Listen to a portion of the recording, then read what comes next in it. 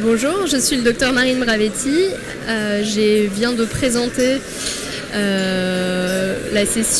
cours de la session Il n'y a pas que l'endométriose qui fasse mal, les douleurs pelviennes chroniques.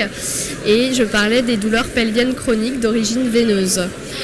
C'est une pathologie qui est fréquente, beaucoup plus que ce qu'on pense, qui a été longtemps sous-diagnostiquée, car mal connue de la part des gynécologues, des angéologues, des généralistes, des radiologues, et qui commence de plus en plus à émerger. Quand on a des patientes et qu'on se doute qu'il y a une origine veineuse aux douleurs pelviennes chroniques, il faut savoir les diagnostiquer, savoir trouver la cause. Pourquoi ? Parce que le traitement est très efficace. Ça sera un traitement par voie endovasculaire veineuse, une embolisation à la colle. La recherche de ces varices ça se base sur l'interrogatoire des patientes. Il faut rechercher un syndrome de congestion pelvienne, un syndrome génital, des douleurs abdominales chroniques, une dysménorrhée, des dyspareunies.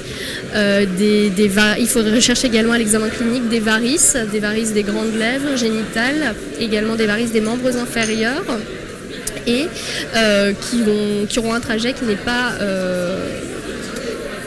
typique, un trajet non saphénien. Une fois qu'on se doute qu'il y a un syndrome de congestion pelvienne, il faut faire les examens complémentaires adaptés. Ça sera l'échographie abdominopelvienne, endovaginale et l'échodoppler, qui permettra de voir s'il y a des fuites pelviennes et s'il y a des varices latéro-utérines, et également l'IRM, le scanner qui peuvent être discutés, et enfin la phlébographie. La phlébographie sera à la fois diagnostique, ça permettra de voir le reflux réno-ovarien, c'est-à-dire le sang veiно-rénal gauche qui va tomber dans la veine ovarienne, alimenter des varices, une véritable varicocèle latéro-utérine gauche, et qui pourra se drainer via des varices myométriales et contralatérales, et également des varices latéro-utérines et dans les jambes.